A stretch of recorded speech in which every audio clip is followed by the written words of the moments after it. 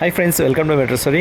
S, நம்மளுடைய வீக்காக vibe செம்மையாக வந்து ஸ்டேஜ் பர்ஃபார்மன்ஸ் வந்து போயிட்டுருக்குதுங்க. எஸ், நம்மளுடைய விஜய் 10th ஆனிவர்சரி அவார்டு வந்து ப்ரோக்ராமுக்கு ப்ரீ அனௌன்ஸ்மெண்ட்டு, அதாவது முன்னோட்டம் மாதிரி நம்மளுக்கு சண்டே வந்து ஒரு 5 AM டெலிகாஸ்ட் பண்ணுறாங்க இல்லையா. ஸோ அதோடைய ப்ரொமோ தான் வந்து பயங்கரமாக டிவி ஃபுல்லாக வந்து போயிட்டே இருக்குது.